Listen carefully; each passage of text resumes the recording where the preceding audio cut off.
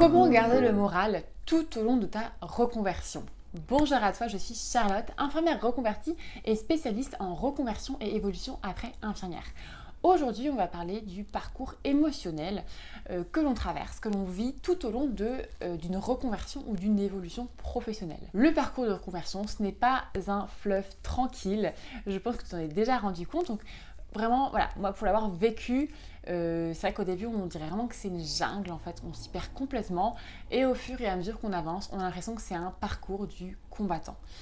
Pour cela, du coup, pour t'expliquer un petit peu, pour qu'on puisse comprendre un petit peu comment rester motivé, garder ce dynamisme le plus possible tout au long de la reconversion, je t'ai préparé ce petit schéma voilà, pour t'expliquer un petit peu les différentes étapes d'une reconversion que tu vas vivre tout au long de ta reconversion. Donc la première étape, c'est la crise existentielle dans laquelle tu es sûrement actuellement.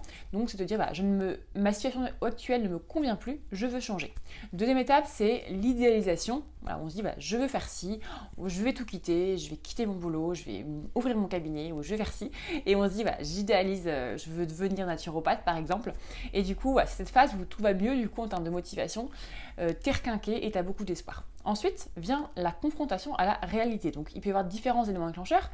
Une rencontre avec quelqu'un qui n'est pas forcément aussi emballé que toi, un problème de financement, voilà, tout ce qui va te confronter à la réalité et tu vas te dire je n'y arriverai jamais. Et après finalement quand tu arrives à surmonter ce moment-là, il y a l'étape où c'est je l'ai fait, ça y est, j'ai réussi. Je t'ai préparé un deuxième schéma pour que tu puisses comprendre un peu que le premier schéma est un peu est assez simplifié finalement pour simplifier les choses tout simplement. Mais voilà le deuxième schéma où tu peux constater tout simplement que c'est peut-être plus la réalité parce qu'au sein de ces étapes, tu as aussi des up and down tout le temps. Tu as des hauts, des bas, ça va mieux, tu as plein d'espoir, tu perds espoir, tu as d'autres obstacles, ça va un petit peu mieux, tu as une victoire. Ensuite, voilà. Donc c'est vraiment en fait ça. Pour moi, ce schéma-là, il représente vraiment un vrai parcours de reconversion où voilà, c'est vraiment pas du tout plat tout le temps. Et c'est pas facile tous les jours, donc il faut vraiment apprendre à garder cette motivation. On va revenir sur le premier schéma pour que tu puisses comprendre un petit peu, de manière simplifiée en fait, sur quoi on va travailler aujourd'hui. Donc on reprend le départ, la crise existentielle, l'idéalisation et hop, confrontation à la réalité. On va se focus là-dessus aujourd'hui, la confrontation à la réalité, parce que c'est dans ce moment-là, à cet instant précis, que le plus de personnes abandonnent leur idée de reconversion, baissent les bras, arrêtent et voilà, retournent dans leur crise existentielle, dans leur situation précédente. Donc on va se focus là-dessus et se poser la question comment faire pour remonter la pente, pour ne pas tout lâcher à ce moment-là et pour retrouver une motivation. Donc je vais donner ici 4 conseils pour justement pallier à cette baisse de motivation, pour retrouver un regain d'énergie après ça. Premier conseil, en avoir conscience. Trop de personnes pensent qu'une reconversion, quand on voit les autres, on a l'impression que tout roule pour eux, que tout est super fluide, alors qu'en fait, c'est pas vrai du tout. Tout le monde traverse des périodes où ça va, voilà, tout se passe bien, et après ça redescend un petit peu, on a des obstacles, on a des échecs, on se trompe, on recommence, etc. Ça, vraiment, tout le monde l'a. En fait, moi, je l'ai vécu, toi, tu vas sûrement le vivre. C'est quelque chose qui va arriver. Donc le fait d'en avoir conscience, tu vas te préparer à ce que ça arrive.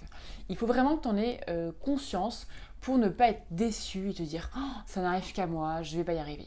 Le fait de savoir que tu vas avoir des moments où ton moral va descendre un petit peu, tu vas pouvoir te préparer à ça. Donc premièrement, avoir conscience de ça.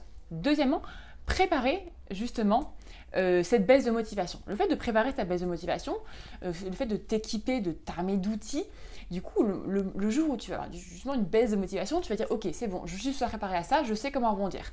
C'est ce qu'on travaille en accompagnement, parce que je travaille avec les infirmières au quotidien, avec les infirmières que j'accompagne. Voilà, comment faire justement quand tu as une baisse de motivation pour remonter la pente. Donc je vais donner aujourd'hui un outil super simple mais super efficace justement pour pallier à cette baisse de motivation et au fait de baisser les bras quand on a un échec, etc. Donc le conseil que je peux donner, c'est d'écrire tes objectifs. Il faut avoir conscience que l'écrit, ça reste, que les paroles, que les pensées, finalement ça s'envole.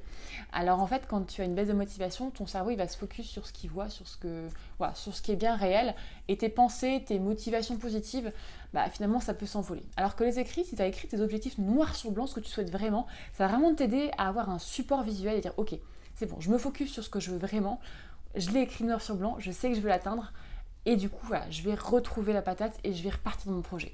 Donc conseille d'écrire tes objectifs.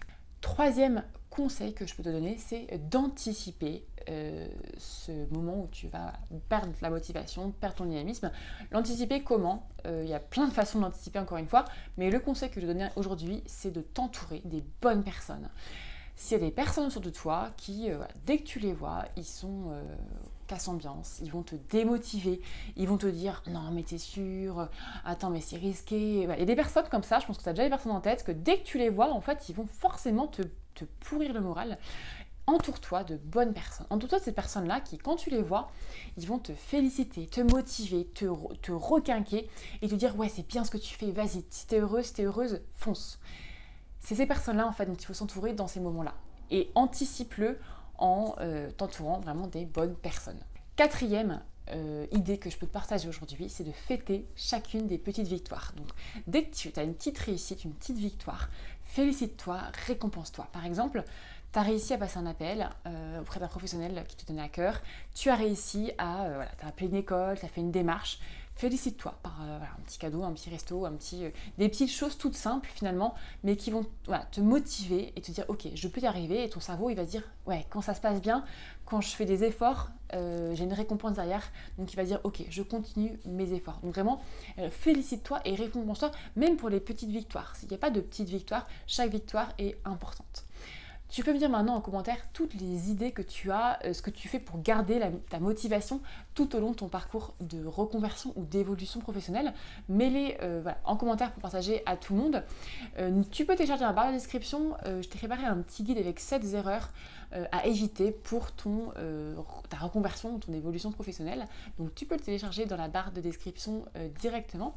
N'hésite pas à mettre un petit pouce bleu si tu as aimé la vidéo et je te dis à très vite.